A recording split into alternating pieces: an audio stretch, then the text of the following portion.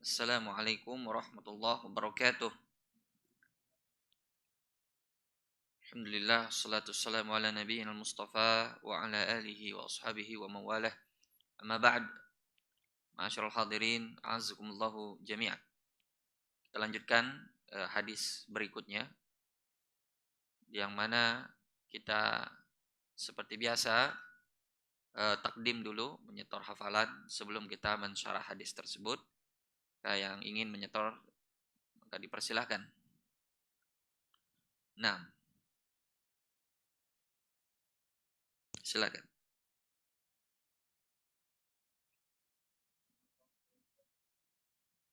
Nah,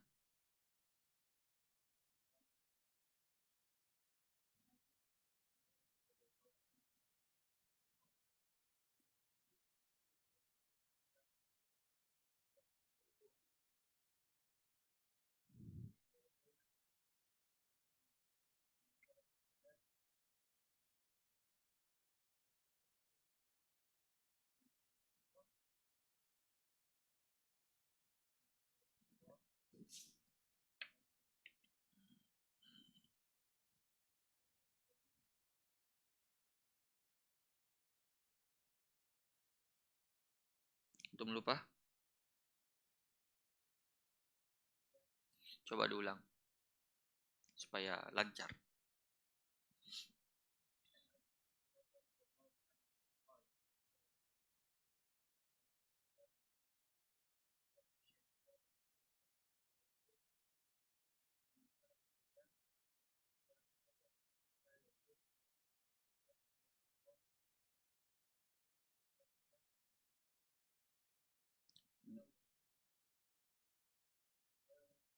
Fal yasta'iz billah.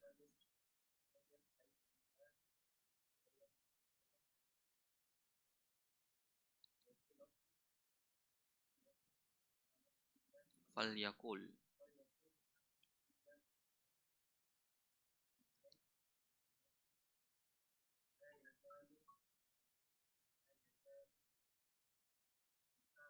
Hmm. Nasu la yazalun nas yatasaaluna.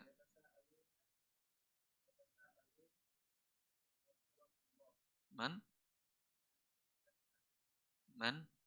Khalaqa, bukan khalaqu. Khalaqallah. Nah, ahsanallah ilaik. Baik, tafadhal. Man aidan? Siapa lah selanjutnya? Silakan. Silakan. Enggak ada. Enggak panjang hadisnya. Ini hadis tidak ada di Arba'in Nawawi ini, hadis baru, tidak ada di Arba'in Nawawi. Hadis ini perkara berkaitan dengan ittiqa minasyubah, ya, melindungi diri dari perkara syubhat. Ini hadis baru dalam kitab ini, enggak ada di hadis Arba'in Nawawi. Kayaknya satu orang aja yang hafal. Yang lain tidak ada? Silakan ambil parfumnya. Antum sudah ambil? Sudah. Kalau nggak ada, ambil satu lagi parfumnya. Berarti satu-satunya yang hafal di sini. Silakan ambil satu lagi parfumnya.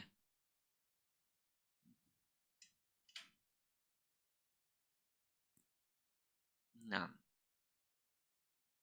barakallahu fiik. Kalau nggak ada yang mau setor, ya sudahlah, kita tancap gas saja kalau gitu. Langsung aja ya. Baik, hadis yang keberapa ini? 8 apa 7? 8. Nah, hadis ke-8, hadis Abu Hurairah radhiyallahu taala anhu.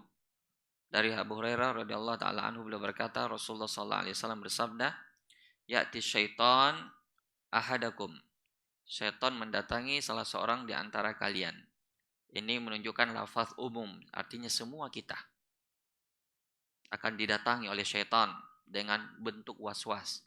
Di sini Nabi menyebutkan salah satu bentuk saja. Satu bentuk contoh. Bukan satu-satunya bentuk was-was yang ditimbulkan oleh syaitan. Tapi satu contoh. Tapi kaedahnya bahwa kita semua akan didatangi oleh syaitan dengan was-was, dengan syubhat. Baik itu syaitan, kalau zahirnya dari hadis ini adalah syaitan dari kalangan Jin apa manusia? Kalau dalam hadis ini dari kalangan jin. Tapi tidak menutup juga kemungkinan syaitan dari kalangan manusia akan datang dengan waswas dan syubhat. Jadi lafaznya umum. Fayaqulu man khalaqa kadza hatta yaqul man khalaqallah. Siapa yang menciptakan ini? Siapa yang menciptakan ini? Ya, sampai dia ikuti terus. Dia mulai dari awal berita tadrij. Ya, dia tanya, siapa yang menciptakanmu? Siapa yang menciptakan ibumu? Siapa yang menciptakan kakekmu? Siapa yang menciptakan kakek-kakekmu?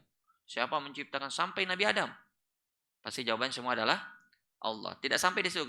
Selalu kita ikuti sampai pada akhirnya dia bertanya, siapa yang menciptakan Allah? Nah, itu syubhatnya syaitan. Jadi kita dibawa mengalir dulu dalam syubhatnya.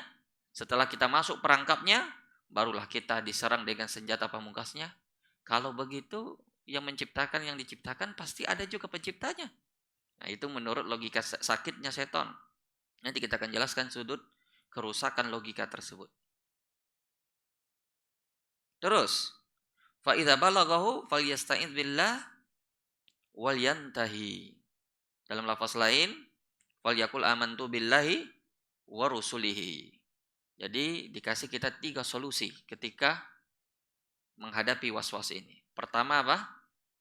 Berta'awudz. Ya, mengucapkan a'udzubillahi minasyaitonirrajim. Yang kedua apa? Berhenti, jangan dilanjutkan. Ketiga apa? Katakan amantu billahi wa rasulihi. Saya beriman kepada Allah dan Rasulnya. Sudah selesai. Apa yang Allah katakan bahwa begini dan begini benar adanya. Itu sudah final, tidak bisa diganggu gugat lagi, tidak bisa didebat lagi. Sudah selesai.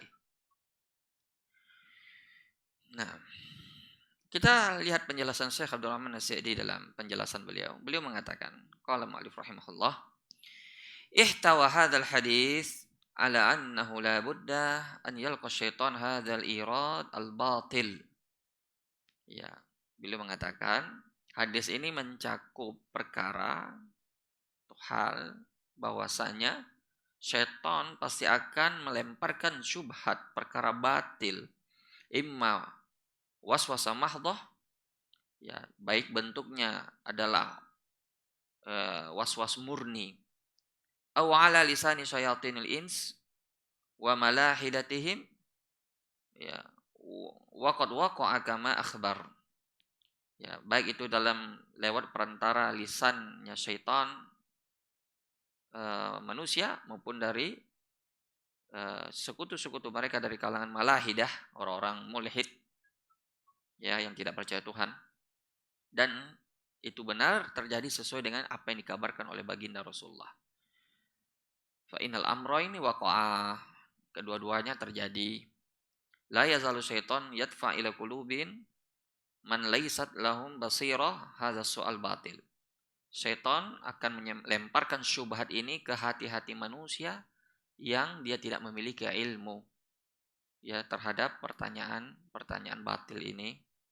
Kenapa dikatakan pertanyaan batil? Karena ya Allah itu Khalik, pencipta. Nanti akan datang penjelasan beliau. Bukan makhluk yang dicipta. Jadi kalau ditanyakan siapa pencipta Allah, berarti seolah-olah Allah adalah makhluk. Itu saja pertanyaannya sudah keliru. Nah, ini maksudnya soal batil. Pertanyaannya saja sudah salah. Nah, maka menjawab pertanyaan salah itu tidak ada gunanya. Wala yazalu ahlul ilhad yulquna hadhihi syubhah allati hiya abtalus syubhah. Dan para ahli ilhad, para ahli mulhid, orang-orang yang ateis, ya, selalu melemparkan syubhat ini kepada manusia yang merupakan syubhat yang paling batil. Wa yatakallamuna 'anil ilal wa an mawadil alam wa bi kalamin sakhif ma'ruf. Ya, mereka mempunyai teori-teori, metode-metode yang mereka bikin sendiri tentang teori alam, bahwa alam ini terjadi dengan teori ini, tidak ada Tuhan penciptanya dan seterusnya. Itulah orang-orang ateis. Wa qad arsyada Nabi sallallahu alaihi wasallam fi hadzal hadis al-azim ila dafi hadzal su'al bi umuri thalathah.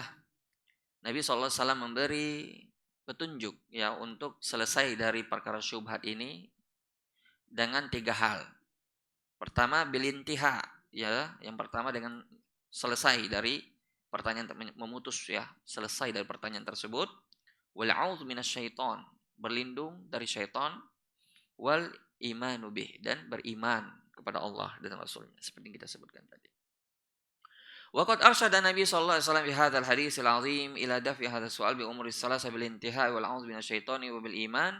Amal intiha fa huwa al amr al awwal fa inna Allah ta'ala ja'ala lil afkari wal uquli haddan tantahi ilaih. Adapun yang pertama yaitu berhenti dari pertanyaan batil ini, yaitu karena sebabnya adalah kata beliau akal manusia itu memiliki batas. Ya, memiliki batasan. Sebagaimana anggota tubuh kita yang lain juga memiliki batasan. Seperti misalnya otot kita memiliki batasan untuk mengangkat sesuatu.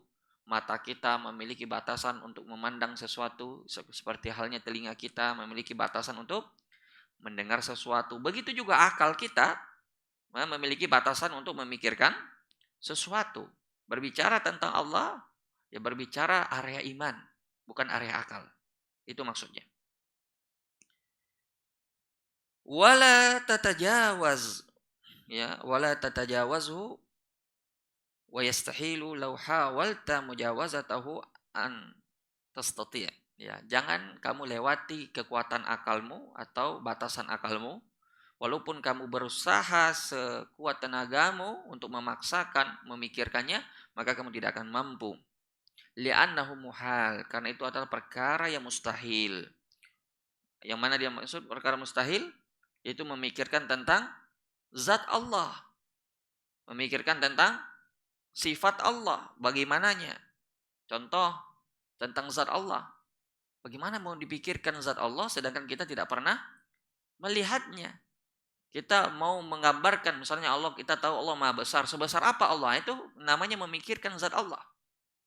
Allah mengabarkan dirinya Maha Besar, tapi tidak disebutkan seberapa besarnya. Sudah, kita berhenti sampai di situ saja. Akal kita tidak akan mampu memikirkannya sebesar apa Allah. Kemudian tentang sifatnya, Allah menurunkan Al-Quran dan mengabarkan di dalamnya tentang sifatnya. Contoh, Allah mengatakan Ar-Rahman alal arsis tawa, Allah beristiwa di atas arsinya. Maka kita beriman Allah beristiwa di atas arsinya. Lalu kalau ada yang bertanya bagaimana caranya Allah beristiwa? Nah, itu sudah bukan area akal kita karena Allah tidak mengabarkannya. Maka soal anhu bid'ah kata Imam Malik. Bertanya tentang bagaimananya itu bid'ah. Kita imani saja apa yang Allah kabarkan. Tanpa mentakwil-takwilnya dengan akal kita. Karena kita tidak tahu zat Allah itu seperti apa. Maka min lawazim, ya, dari konsekuensi dari hal itu adalah kita juga tidak tahu bagaimana sifatnya. Yang kita tahu saja zatnya belum tentu kita tahu sifatnya. Apalagi yang kita tidak tahu zatnya. Makanya sangat jelas kebatilan orang-orang ahli ta'wil dari kalangan ahlul kalam, ya, dari kalangan Murji'ah, Asy'ariyah, Maturidiyah dan kawan-kawannya. Mereka mentakwil karena konsekuensi dari akal mereka yang rusak, pengaruh dari ilmu filsafat. Mereka mentakwil turunnya Allah ke langit dunia di sepertiga malam terakhir karena konsekuensi dari apa? Akal mereka. Karena kata mereka, kalau Allah turun berarti Allah sama dengan makhluk. Kalau Allah turun berarti arsy kosong. Kalau Allah turun menurut waktu yang mana? Waktu Indonesia Timur kah, Barat kah? Atau menurut waktu Saudi kah? Menurut apa? Berarti Allah turun setiap saat kata mereka. Itu konsekuensi akal mereka karena yang mereka pikirkan adalah makhluk. Semua konsekuensi batil itu adalah berkaitan dengan makhluk, itu betul. Tapi ini Allah ala kulli syai'in qadir. Kamu tidak tahu zat Allah itu seperti apa, lalu bagaimana ceritanya kamu yang menerka-nerka sifat Allah itu seperti apa? Allah mengabarkan dirinya turun, tapi tidak mengabarkan bagaimana caranya dia turun. Maka kewajiban kita cuma mengimani, itu maksudnya. Jadi berusaha untuk memikirkan secerdas apapun manusia itu tidak akan mampu dia memikirkannya karena itu di luar akal manusia. Manusia tidak akan mampu memikirkannya. Itu maksudnya. Nanti akan datang penjelasan lebih luas lagi. Wamin, ya. Wa man amhal muhal tasalsul fil mu'athirina wal fa'ilina fa innal makhluqati laha ibtida' wa laha intiha wa qad tasalsala fi katsir min umuriha hatta tantahi ila Allah alladzi awjadaha wa awjada ma fiha minas sifat wal mawad wal anasir. Maksudnya di sini adalah beliau mengatakan bahwasanya kalau kita ikuti semua pertanyaan-pertanyaan ini, ya itu akan berakhir pada penyerupaan Allah dengan makhluk. Padahal Allah itu tidak serupa dengan makhluk. Makhluk itu ada permulaannya dan ada akhirnya. Allah itu tidak ada permulaannya. Ya, Allah itu maha awal dan tidak ada sebelumnya. Ya, jadi jangan disamakan Allah dengan makhluk. Ya, sebab asasi, ya, sebab roisi, sebab pokok atau sebab yang paling mendasar yang menyebabkan manusia terjatuh kepada pentakwilan tanpa dalil atau bahasa lainnya adalah tahrif, itu adalah apa? Penyerupaan Allah dengan makhluk. Tidak mungkin orang mentakwil-takwil sifat Allah kecuali setelah mereka jatuh kepada penyerupaan Allah dengan makhluk. Mustahil orang ya jatuh kepada pentakwilan tanpa dalil kecuali setelah sebelumnya dia menyerupakan Allah dengan makhluk. Ketika Allah mengatakan dirinya, misalnya Allah Subhanahu wa taala mengabarkan ya kedua tangannya terbentang. Dia mengatakan nikmat Allah. Dia mengatakan yad itu kekuatan Allah. Berarti kalau nikmat Allah berarti terbatas dua nikmat aja gitu. Atau dua kekuatan. Jadi tidak ada kekhususan Allah menciptakan Nabi Adam ketika Allah menciptakan Adam dengan tangannya. Itu konsekuensi batil dari pentakwilan mereka. Konsekuensi lain ketika ditetapkan Allah punya tangan, mereka langsung akalnya lari ke apa? Penyerupaan dengan tangan makhluk. Kaedah nama dan sifat itu sudah antum pelajari bersama Ustaz Abu Darda. Alisa kadzalik. Antum belajar tidak sama Ustaz Abu Darda di sini? Nah, kaedah tentang sifat sama dengan tentang zat. Antum berbicara tentang sifat, ya, kaedahnya laisa kamitslihi syai'. Sebagaimana zat Allah tidak serupa dengan makhluk, begitu juga dengan sifatnya. Jangan kita tanakut. Tanakut itu artinya apa? Paradoks, kontradiktif. Ya, kita katakan Allah tidak serupa dengan makhluk dari zatnya, tapi kita serupakan Allah dengan makhluk dalam sifatnya. Itu kontradiktif namanya. Gimana antum mengatakan Allah tetapkan misalnya Allah itu ada, betul tidak? Kalau antum sepakat dengan kita Allah itu ada, nah itu yang semestinya berarti konsekuensinya kalau kita pakai kaedahnya antum yang pentakwil ini berarti sama dong dengan makhluk. Makhluk juga ada. Sama dong, sama-sama ada. Kalau antum tolak Allah itu tidak ada karena takut nanti serupa dengan makhluk, berarti antum kafir. Tidak beriman dengan wujudnya Allah. Dan itu tidak mungkin. Kecuali bagi orang kafir memang yang tidak percaya Allah. Nah, terus baik, kita pindah ke sifat berikutnya. Ada sifat marahnya Allah misalnya. Allah marah, Allah cinta. Tidak, marah itu kan sifat manusia disebabkan oleh mendidihnya darah gini ini mereka sebut itu kan marahnya manusia. Marahnya Allah berbeda dengan marahnya manusia, tapi Allah menisbatkan sifat marah tentang dirinya, tapi orang Asy'ariyah menolak sifat ini. Nah, kenapa? Karena kalau menetapkannya sama dengan menetapkan apa? Penyerupaan dengan makhluk. Ini kerancuan mereka. Datanglah orang Mu'tazilah memain-maini mereka. Kalian menerima sebagian sifat dan menolak sebagian yang lainnya menurut akal kalian. Kalau begitu kami juga bisa pakai akal kami menolak semua sifat menurut akal kami. Ketika kalian mengatakan Yahweh Asy'ariyah menetapkan sifat yang 20. Saya dengan akal saya kata Mu'tazilah menolak ini sifat yang 20. Karena kalau saya katakan kalian menetapkan Allah Maha mendengar, Allah Maha melihat, Allah Maha kuasa dan seterusnya. Kalau saya tetapkan Allah Maha mendengar, bukankah makhluk mendengar? Bukankah manusia melihat, hewan melihat? Bukankah sama dengan makhluk kalau begitu? Kenapa kalian terima ini sifat? Lebih bagus kayak kami saja kata Mu'tazilah. Kami tolak semuanya sifat. Itu memang betul-betul apa? Penafian penyerupaan dengan makhluk. Ya, sehingga yang sering baku debat itu antara apa? Mu'tazilah dan Asy'ariyah tentang terutama tentang masalah ini. Nah, maka yang benar, yang hak di atas sunnah di atas ini adalah siapa? Ahlus sunnah. Maka maksudnya di sini bahwa syubhat-syubhat yang muncul itu tidak lain dan tidak bukan disebabkan oleh was-was dari syaitan, disebabkan oleh kurangnya ilmu. Baik. Kita lanjutkan dulu, nanti kita rinci lagi sedikit. Al-amru tsani at-ta'awudz billahi minasyaitonir rajim. Fa inna hadza min waswasihi aw min wasawisihi wa ilqaihi fil qulub li syakkikan nas fil iman bi rabbihim fa 'alal 'abdi idza wajada dzalika yasta'iz billah faman ta'awwadza billahi bisidq wa quwwah a'adzahu Allah wa tarada anhu syaitan. Ya.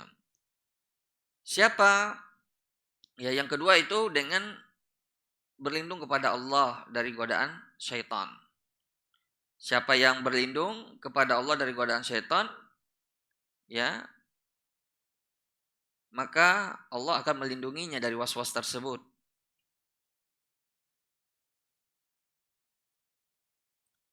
Tapi ta'awudz yang dimaksud oleh beliau di sini adalah ta'awudz yang didasari dengan keimanan. Betul-betul orang yang di hatinya ada iman kepada Allah, bukan keraguan-raguan. Karena keraguan-raguan itu tidak bermanfaat baginya apa? At-ta'awudz. Orang yang yakin dengan Allah datang seperti was-was seperti ini, baginya mudah mengusir setan. Ya. Kita analogikan saja, sederhana logikanya, analoginya. Ketika ada si fulan, katakan si Ahmad, dia ajak kita bilang iya. Dia ajak lagi, kita bilang iya. Dia ajak kita lagi, kita bilang iya. Akhirnya apa? Setan itu tidak akan berhenti. Ya sampai pada akhirnya kita kufur kepada Allah. Tapi coba ketika kita diajak, ayo kita ke sini, dibilang kita tidak tanggapi. Kita tidak pedulikan itu was-was. Dia ajak lagi, kita tidak pedulikan, maka setan itu akan menyerah dengan sendirinya. Nah, ini maksudnya. Bahwa was-was itu dihilangkan dengan ta'awudzubillah, itu dengan hati yang yakin, hati yang beriman kepada Allah, maka bermanfaat baginya at-ta'awudz. Tapi orang yang hatinya penuh dengan keraguan-raguan, dan ini disebabkan oleh kurangnya ilmu dan kebodohan, maka tidak bermanfaat baginya ta'awudz. Ya, itu yang dimaksud. Al-amru tsalis an yadfa'u bima yudadduhu minal iman billah wa rusulihi fa inna Allah rusuli akhbaru bi anna Allah ta'ala al-awwal ladzi laisa qablahu syai' wa annahu mutafarrid bil wahdaniyah wa bil khalqi wal ijad wal mawjudat as-sabiqah lahiqah. Jadi maksudnya iman kepada Allah bahwa dialah yang menciptakan segala sesuatunya, dia yang Maha Pencipta. Maka pertanyaan siapa yang menciptakan Allah itu adalah pertanyaan batil, karena pencipta tidak mungkin diciptakan. Sebelum sesuatu itu ada dan Allah menjadikannya ada, itu maksudnya pencipta. Jadi pertanyaan batil konsekuensinya maka tidak boleh dijawab pertanyaan tersebut karena pertanyaannya batil. Maka orang yang memiliki keimanan seperti itu akan mudah baginya mengusir itu was-was. Baik. Dan nazir ya, perkara ini ya, perkara yang disebutkan oleh Masyaikh ini adalah kaidah umum untuk menolak semua syubhat, bukan cuma syubhat perkara ini saja, semua syubhat dalam perkara agama. Ini ya berkaitan, seperti contoh, berkaitan dengan kisahnya Imam Malik didatangi oleh seorang ahlul kalam, ingin mendebat Imam Malik. Ahlul kalam, ahlul filsafat ingin mendebat Imam Malik. Imam Malik meladeni? Tidak. Apa kata Imam Malik? Cari saja orang lain. Adapun saya sudah yakin dengan agamaku. Cari orang yang ragu dengan agamanya yang kau ingin debat. Dia kalau tidak salah waktu itu ingin mendebat tentang perkara istiwa. Cari orang lain yang ingin kau debat. Maka kalau ada orang yang ingin mendebat perkara yang sudah jelas, yang sudah qat'i, ya sudah pasti di dalam agama, tinggalkan. Jangan ladeni, buang-buang waktu sekaligus hanya menyebabkan hati kita ini rusak. Itu debat yang tercela, debat yang diharamkan di dalam Islam. Kecuali bagi orang yang ingin menegakkan hujjah kepada orang tersebut. Kalau hanya sekedar debat, ya hanya baku-baku, ingin membela pendapat, itu harus wajib dihindari. Itu namanya debat kusir, debat yang diharamkan di dalam Islam. Sebagaimana halnya juga, ya, ketika ada orang yang terkena syubhat dan nampaknya orang ini mencari kebenaran, maka tidak apa-apa kita tegakkan hujah dengan cara mendebatnya. Dan ini terjadi juga kepada Imam Syafi'i. Ada seorang muridnya, ini disebutkan dalam kitab beliau Ar-Risalah. Seorang muridnya yang juga terkenal, saya lupa namanya, Ustaz, datang kepada Imam Syafi'i, menanyakan kepada beliau tentang makna istiwa juga. Ya, tentang sifat istiwanya Allah. Waktu itu Imam Syafi'i berada di Mesir, karena beliau 4 tahun di Mesir dan wafatkan oleh Allah di Mesir, dikuburkan di Mesir. Beliau ditanya tentang sifat istiwa dan Imam Syafi'i marah. Tahu sifatnya, tahu maksudnya, dia ingin mendebat Imam Syafi'i. Apa kita Imam Syafi'i? Ittaqillah, bertakwalah kau kepada Allah. Kau tahu kamu berada di mana sekarang? Kamu berada di tempat Allah menenggelamkan Firaun. Tidak takut kau dengan azab Allah? Baik, itu hujah pertama. Ditakutkan dulu dia kepada Allah supaya dia jangan bergampangan dengan syubhat. Yang kedua, Imam Syafi'i mengatakan, kamu lihat bintang di langit. Lihat. Berapa jumlahnya? Saya tidak tahu. Ma'allah. Masya Allah. Sesuatu yang bisa kamu lihat dengan matamu, kamu tidak tahu hakikatnya seperti apa. Bagaimana dengan sesuatu yang tidak pernah kamu lihat? Nah, itu selesai perkara. Allah tidak pernah kamu lihat. Untuk mengetahui tentang Allah begini, itu lazimnya kamu harus tahu dulu itu Allah. Pernah lihat Allah itu seperti apa. Baru bisa kau berbicara dengan ya bagaimana sifatnya. Seperti kita misalnya, kita tidak pernah misalnya pergi umrah atau haji. Tapi kita sering melihat Ka'bah di TV atau di pamflet-pamflet travel umroh misalnya. Ada orang bilang Ka'bah itu kubus segi 4. Kita percaya atau tidak? Percaya atau tidak? Kita belum pernah ke tanah suci ini, lihat langsung. Tapi ada orang kabarkan Ka'bah itu untuknya kubus. Percaya atau tidak percaya? Ya percaya. Karena kita sudah melihatnya atau melihat dari orang yang pernah melihatnya. Kenapa tidak percaya? Kita sudah lihat orang-orang pada semua melihatnya dan dia mengatakan semua sepakat itu. Tidak ada keraguan. Tapi pertanyaannya, siapa yang pernah melihat Allah? Bahkan Nabi Muhammad pun tidak pernah melihat Allah. Nabi Musa mau lihat Allah jadinya pingsan. Tidak jadi. Nabi Muhammad waktu Isra Mi'raj juga tidak jadi melihat Allah. Nah, siapa yang melihat Allah? Lalu bagaimana kita berbicara tentang hakikat sifatnya? Itu maksudnya Imam Syafi'i. Baik. Kemudian datang syubhat lain. Itu orang-orang yang bermanhaj salaf alias salafi. Itu mereka cuma tahu kontekstual dari nas. Ya, mereka cuma ahlu zahir. Maksudnya dia baca nas begitu saja, dia tidak mentakwil-takwil. Maksudnya begitu. Betul tidak? Sempit. Ya, terlalu sempit cara memahami dalil. Pernah dengar syubhat begitu? Jadi kalau Ar-Rahman al-Arsy istawa, itu betul istiwa, tidak boleh takwil dengan istaula. Karena mereka itu memang sempit cara berpikirnya. Tidak tahu mereka itu bahasa Arab. Ya mereka itu begini dan begitu. Kira-kira gimana itu? Betul apa tidak salafi itu? Picik sekali pikirannya. Ulama-ulama salafi itu kata mereka bodoh-bodoh. Sempit pemahaman bahasa Arabnya. Tidak memahami teks kecuali tekstualnya saja. Tidak tahu makna yang tersimpan di balik. Ya, tidak tahu takwil dari ayat atau hadis tersebut. Gimana itu cara menjawabnya? Kalau ada syubhat begini datang. Ini syubhat ini biasa diserang ke kita. Orang-orang yang mengikuti pemahaman para salaf. Kita bukan ikuti kelompok ya. Kita bukan kelompok. Salafi itu bukan kelompok. Tapi itu manhaj, pemahaman terhadap orang-orang yang sudah meninggal dari kalangan sahabat, orang tabi'in.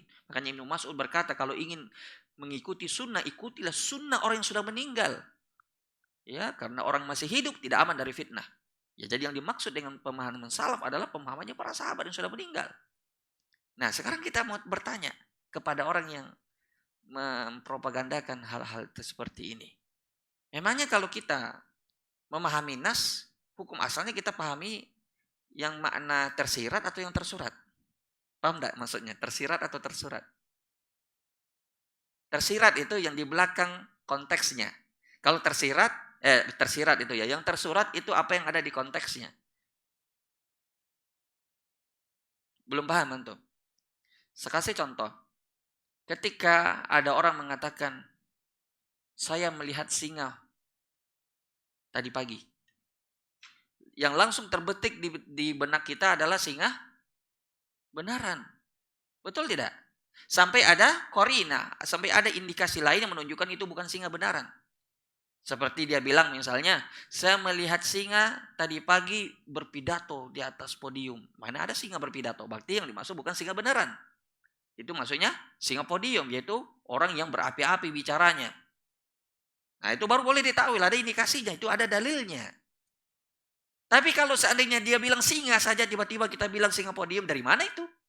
Hukum asalnya memang kita memahami secara tekstual.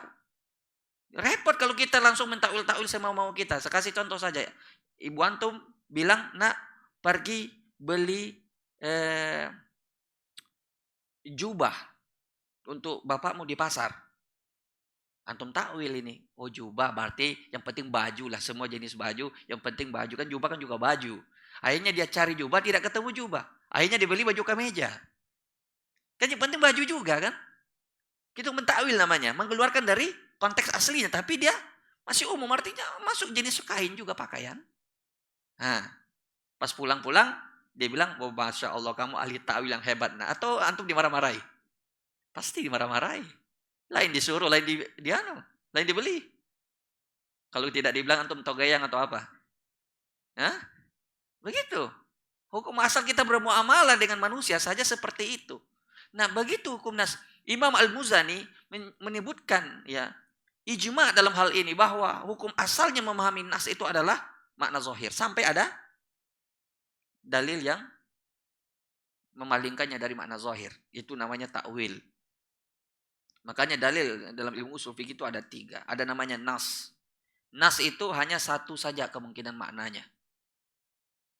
Misalnya, kullu muskirin haram. Ya, muskir itu artinya memabukkan. Memabukkan itu tidak ada makna lain. Yaitu tok maknanya. Berarti itu nas satu-satunya maknanya. Itu memabukkan. Tidak ada tafsiran yang lain. Ya kan? Yang kedua ada namanya makna zahir. Dalil dari makna zahir. Jadi ada 2 kemungkinan makna. Tapi yang diambil yang rojihnya. Itu zahir namanya. Jadi 2 kemungkinan makna. Tapi diambil yang makna rojih. Itu namanya makna zahir. Ya, ada namanya mujmal dan seterusnya.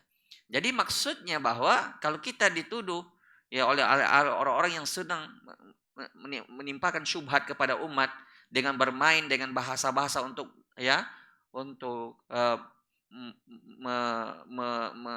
menyebarkan kesesatan akidah dan keyakinan mereka, kita harus ya cepat-cepat merujuk kepada ahli ilmu. Karena Allah sendiri mengabarkan dalam Al-Qur'an, huwallazi anzala alaikum kita apalagi ayatnya dalam surah Ali Imran? Wallazi anzala alaikum ayatum muhkamat hunna ummul kitab wa ukhra mutasyabihat. Fa ammal ladzina fi qulubihim zaygun fayattabi'una ma tasyabaha minhu ibtigha'al fitnah wa ibtigha'at ta'wilih. Wa ma ya'lamu ta'wilahu illallah warrasikhuna fil ilm yaquluna amanna bi kullum min 'indi rabbina. Jadi itulah gambarannya tentang syubhat ya. Orang yang terkena syubhat pada umumnya yang ada zaig. Zaig itu penyakit, kemunafikan di dalam hatinya. Fi qulubihim zaigun fayattabi'una ma tasyabaha min. Dia akan mengikuti ayat-ayat yang mutasyabih. Dia bermain dengan akal-akalan mereka. Adapun orang-orang yang beriman, dia mengatakan kalau Allah mengatakan begini kami menetapkan. Kami amanah, kami beriman. Allah mengatakan dia turun, kami beriman. Allah turun. Adapun bagaimananya, wallahu alam karena kami tidak dikabari tentang hal tersebut. Makanya al-itsbatu bila kaif. Kita menetapkan tanpa bagaimanakan. Wala ta'til. Tidak juga menta'tilnya. Meniadakannya. Baiklah. Jadi itulah gaya gambaran yang dimaksud oleh Syekh dalam hal ini. Berapa menit lagi waktu sholat?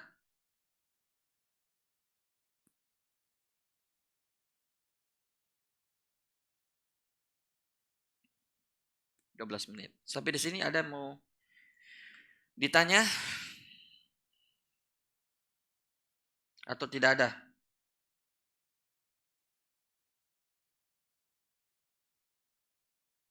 Dan ini contoh-contoh syubhat kalau kita mau sebutkan banyak ya ikhwan. Ya. Dan itu sebenarnya ada muhadharah khususnya sebenarnya. Setiap ya bagian dari masalah, apakah bagian akidah, bagian manhaj, bagian ilmu yang lainnya juga, itu masing-masing ada syubhatnya. Dalam masalah manhaj juga antum bahkan sering temukan itu syubhat juga. Itu disebabkan oleh apa? Disebabkan oleh syaitan juga dari kalangan manusia. Yang mereka juga menerima wahyu dari syaitan dari kalangan jin. Mereka saling mewahyukan satu sama lainnya. Di antara syubhat yang lain yang sering diwahyukan ya kepada pengikutnya oleh para syaitan baik dari kalangan jin maupun kalangan manusia adalah bahwa ketika ada ulama yang robbani, ulama rasikhin, ulama yang kuat ilmunya, ulama rujukan berbicara ya, tentang tauhid, kemudian memperingatkan umat dari bahaya kesyirikan dan bahayanya perpecahan, langsung datang al-mulhidin, orang-orang yang ya di hatinya penyakit akan mengatakan ini ulama ya ulama pemecah belah umat, Wahabi. Gelar-gelar yang dilakukan kepada mereka untuk tanfir, menyebabkan manusia lari dari mereka. Atau kalau tidak, palingan mereka diremehkan. Itu bahasa ulama sekarang itu tentang tauhid itu kaku. Tidak sesuai dengan konteks zaman sekarang. Isinya cuma ayat Al-Quran dan hadis. Itu tidak cocok dengan zaman sekarang kata mereka. Itu ada yang mengatakan begitu. Jadi maksud mereka dakwah tauhid itu tidak cocok untuk zaman sekarang. Yang cocoknya apa? Ya dakwah-dakwah ke politik ya. Menyibukkan manusia dengan berita-berita politik setiap hari yang berubah-ubah terus. Ya, sehingga terbengkalai mereka dari belajar tauhid yang benar. Itu yang mereka maksud. Jadi mereka selalu menggunakan bahasa fiqhul waqi'. Apa itu fiqhul waqi'? Fikih realita. Ya apa yang terjadi hari ini katanya. Maka ulama mentahzir orang-orang seperti ini. Orang yang tidak memiliki dasar tauhid, orang yang tidak memiliki ilmu agama yang benar masuk dalam perkara seperti ini akan binasa. Akan binasa dia. Orang demo, dia ikut demo. Dia tidak tahu dasar agamanya seperti apa. Orang mencerca pemerintah, dia ikut mencerca pemerintah. Kenapa? Dianggap itu ingkar mungkar. Dianggap itu adalah mencegah kemungkaran. Padahal itu perbuatan mungkar yang lebih mungkar daripada yang dilakukan pemerintah tersebut. Itu berkaitan dengan perkara akidah malah. Karena itu keyakinan kelompok Khawarij. Ya. Siapa yang tidak memiliki baiat di lehernya, dia matinya mati jahiliyah. Bayangkan. Dia langgar hadis Nabi yang lain. Man arada an yansah lidil sultan fala yubdihi alaniya. Orang yang ingin menasihati pemimpin, jangan diterang-terangan. Itu jelas hadisnya. Nah, ini orang bodoh ketika berbicara masalah ini, dia akan terjerumus. Nah, ini yang kita maksud. Jadi syubhat-syubhat seperti ini banyak bertebaran di sekeliling kita. Syubhat yang lain, dia katakan, ketika ada ulama-ulama yang mentahzir orang-orang berpemikiran seperti ini, hati-hati, jangan tahzir ulama. Daging ulama beracun. Pernah antum dengar itu? Betul yang dia bilang daging ulama beracun, tapi yang ditahzir itu bukan ulama. Masalahnya, yang ditahzir itu orang yang menyesatkan manusia dengan pemikiran menyimpang mereka. Ketika misalnya, katakanlah misalnya Syekh Fauzan mentahzir orang tertentu, dan disebutkan kesalahannya, ini kesalahannya. Datang pengikutnya mencela Syekh Fauzan. Kerjanya cuma mengkritik orang. Kerjanya cuma bisa menjatuhkan orang dan seterusnya. Ya, tapi kalau pemerintah, Masya Allah. Dia bilang ulama sultan, ulama penguasa. Ahbar, ahbarul hukam, dia bilang, ulama penguasa. Sama ulama-ulama yang mendoakan kebaikan para pemimpin, ya. Sekarang juga di mana saja ulama-ulama yang mendoakan kebaikan untuk pemimpin, yang mengajak manusia untuk bersatu, mentaati pemimpin di atas perkara yang ma'ruf, ya, menyatukan kalimat di atas ketaatan kepada pemimpin dalam perkara ma'ruf, dan menasihati pemimpin secara sembunyi-sembunyi. Bagi mereka itu penjilat. Nah, ini syubhat. Itu berkaitan dengan manhaj. Maka kalau antum dapat orang sakit manhajnya, maka seluruh bagian yang lain pun ikut sakit. Saya kasih contoh. Ketika ada orang ahli di bidang tertentu, namun dia sakit manhajnya, maka dia akan menyeret, ya, pemikirannya ini ke manhajnya yang sakit ini. Katakanlah dia ahli di bidang bagian tertentu dalam ilmu agama misalnya. Seperti ada orang di luar sana, di Aljazair, dia diminta oleh muridnya untuk berbicara tentang bab toharoh. Kerjanya ini alim, ya, ustadz, dia memang kerjanya menghujat pemerintah kerjanya. Apa katanya sama murid-muridnya? Saya itu kalau membahas kitab fikih Bulughul Maram bab toharo, nanti saya akan sikat lagi pemerintah katanya. Walaupun yang dibahas itu tidak ada kaitannya dengan pemerintah bab toharo, tapi bagaimana dia mengaitkannya? Ya begitu, nanti air-air yang antum pakai berwudu itu siapa yang memutusnya sehingga tidak sampai antum bisa berwudu? Itu pemerintah punya kerja semua. Nah, akhirnya diseret lagi orang untuk membenci penguasa. Nah, bab yang dibahas misalnya bab riba, Masya Allah disebutkan dalilnya, disebutkan rinciannya, ujung-ujungnya pemerintah lagi disikat. Apa saja babnya akan larinya ke penguasa. Kenapa? Kalau manhajnya rusak, maka rusak semuanya. Makanya ini syubhat ini berbahaya ya ikhwan. Makanya ulama mentahzir dengan tahzir yang sangat keras bagi orang yang rusak manhajnya untuk dia berteman apalagi mengambil ilmu darinya. Karena penyakit itu menular. Makanya Imam Fudail bin Iyad berkata, ya apabila kamu bertemu dengan ahlu bid'ah, ahlu syubhat seperti itu, dan kamu lihat dia berjalan suatu tempat, selisih jalannya, jangan berhadapan jalan. Takut kamu nanti terkena dengan syubhatnya. Padahal kita ini dari duduk cuma selisih jalan aja, jangan satu jalan dengan dia. Itu bukan terlalu ekstrim, bukan. Itu memang menjaga agama kita. Dan anehnya hari ini, Masya Allah, agama kita ini sekarang ini terancam ya. Kenapa? Karena orang bermudah-mudahan. Kalau masalah dunia, mereka pergi ke pasar, mereka mencari buah-buahan yang sangat bagus, yang sangat segar. Dia pilih mana yang baik, mana yang busuk. Dia pilih. Itu kalau orang pergi belanja, dia cari yang baik. Begitu juga kalau orang berobat ke dokter, dia cari yang paling spesialis di bidangnya. Takut nanti salah tangani dan seterusnya. Tapi pas agama biar tukang becak dengar misalnya dia tidak belajar agama misalnya. Atau orang yang belajar filsafat misalnya yang bukan ahli agama, dia dengar, dia habiskan kuotanya berjam-jam hanya untuk mendengarkan racunnya orang-orang filsafat tersebut. Di mana akal? Mestinya antum itu sudah tahu ini orang salah, sudah jangan didengar buat apa?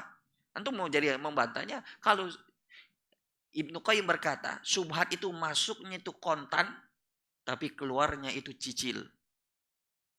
Masuknya itu sekaligus, tapi mengeluarkannya itu tidak bisa sekaligus. Jangan bermain-main dengan syubhat. Makanya ada orang, Ustaz bagaimana menurut pendapat Ustaz ini? Ini Nabi bilang, urusan antum. Antum yang dengar syubhat urus sendiri. Jangan. Bahaya. Sayangi agama antum. Antum sudah diberi oleh Allah hidayah sunnah. Pelajari sunnah. Pelajari, dalami sunnah. Dengan demikian kalau datang syubhat tanpa antum minta, maka antum bisa menghadapinya. Bukankah antum pernah dengar tentang hadis Dajjal? Kalau kita ditakdirkan bertemu dengan Dajjal oleh Allah, kita sengaja mau bertemu Dajjal? Oh, saya sudah tahu di tanda-tandanya Dajjal. Anda akan terfitnah saya oleh Dajjal. Atau malah kita disuruh lari oleh Rasulullah dari Dajjal dan berlindung dari fitnah Dajjal. Justru kita disuruh lari oleh Rasulullah dari Dajjal dan berlindung dari fitnahnya. Karena walaupun kita tahu ciri-ciri, belum tentu kita bisa apa? Selamat. Jangan merasa. Itu makanya kita harus menjaga keselamatan agama kita. Wallahu ta'ala, inilah yang maksud dari hadis ini. Ketika ada syubhat datang, dihadapi dengan 3 hal ini. Wallahu ta'ala alam. Subhanallah bihamdik. Asyhadu an la ilaha illa anta astaghfiruka wa atubu ilaik. Sallallahu ala nabiyina Muhammad wa ala alihi wasallam. Alhamdulillahirabbil alamin. Silakan kalau tidak ada pertanyaan kita selesaikan karena waktu kita juga sudah habis. Ada pertanyaan? Silakan.